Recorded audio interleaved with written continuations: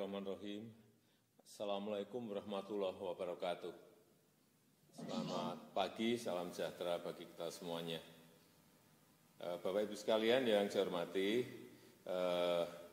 pagi hari ini saya mendapatkan informasi bahwa kasus global sudah mencapai 15.800.000. Dengan angka kematian 640.000. Di Amerika Serikat sendiri sudah mencapai 4.200.000. Di Brasil 2.300.000. Di India 1.400.000. Oleh sebab itu, hati-hati betul, jangan sampai aura krisis itu sudah hilang. Semangat menangani krisis ini hilang atau turun. Oleh sebab itu saya ingin menekankan beberapa hal yang perlu menjadi perhatian dari komite. Yang pertama, komite ini dibentuk untuk mengintegrasikan kebijakan kesehatan dan kebijakan ekonomi agar seimbang antara gas dan remnya. Dan penanganan kesehatan menjadi prioritas. Tidak boleh mengendur sedikit pun. Jadi aura krisis kesehatan ini harus terus digaungkan. Sampai nanti vaksin tersedia dan bisa digunakan secara efektif. Jadi perlu saya tekankan juga bahwa tidak ada yang namanya pembubaran Satgas COVID-19, enggak ada. Baik di pusat maupun di daerah. Semuanya harus tetap bekerja keras. Komite ini adalah sekali lagi mengintegrasikan antara kebijakan ekonomi dan kebijakan kesehatan.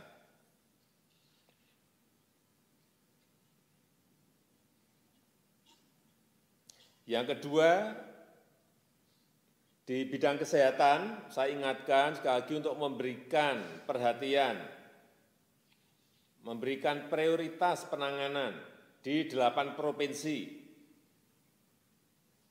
8 provinsi, DKI Jakarta, Jawa Barat, Jawa Tengah, Jawa Timur, Sumatera Utara, Sulawesi Selatan, Kalimantan Selatan, dan Papua.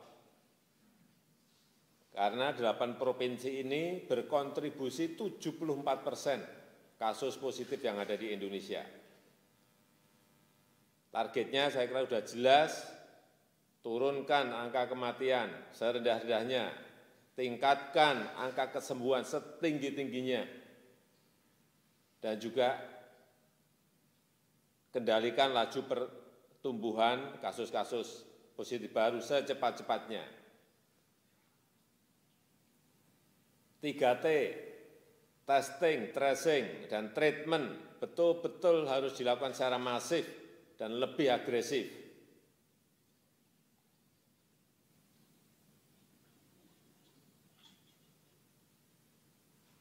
Dan di lapangan jika masih ditemui peralatan tes, mesin PCR, kemudian kapasitas lab, APD, dan juga peralatan rumah sakit yang kekurangan segera selesaikan, segera bereskan. Komunikasi yang efektif dengan rumah sakit, dengan masyarakat, dengan daerah harus dilakukan seefektif mungkin. Yang ketiga, mengenai penyerapan stimulus penanganan COVID, ini masih belum optimal dan kecepatannya masih kurang. Ini perlu data terakhir yang saya terima, tanggal 22 Juli.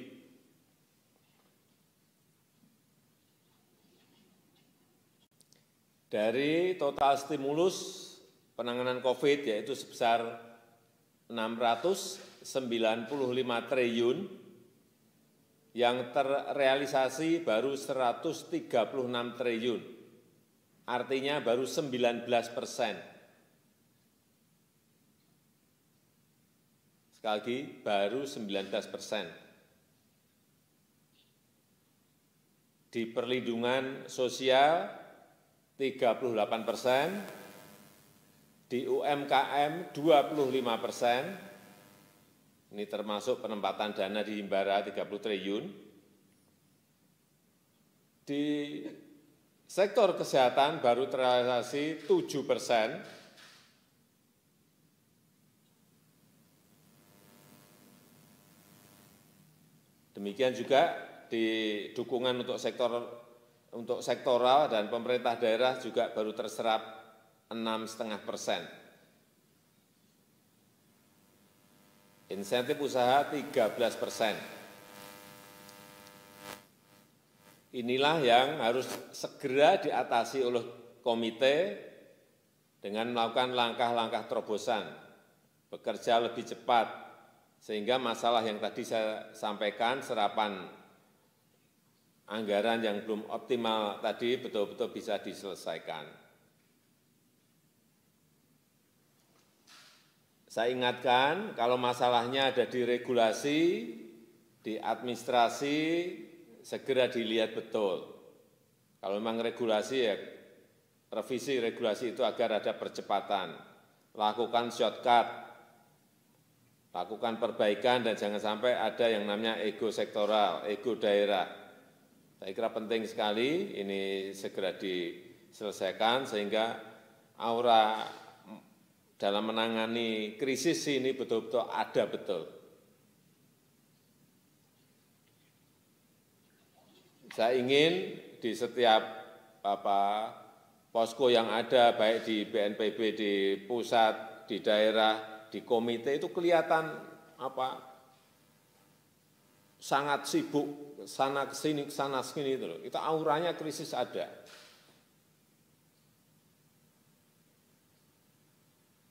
Saya rasa itu yang bisa saya sampaikan.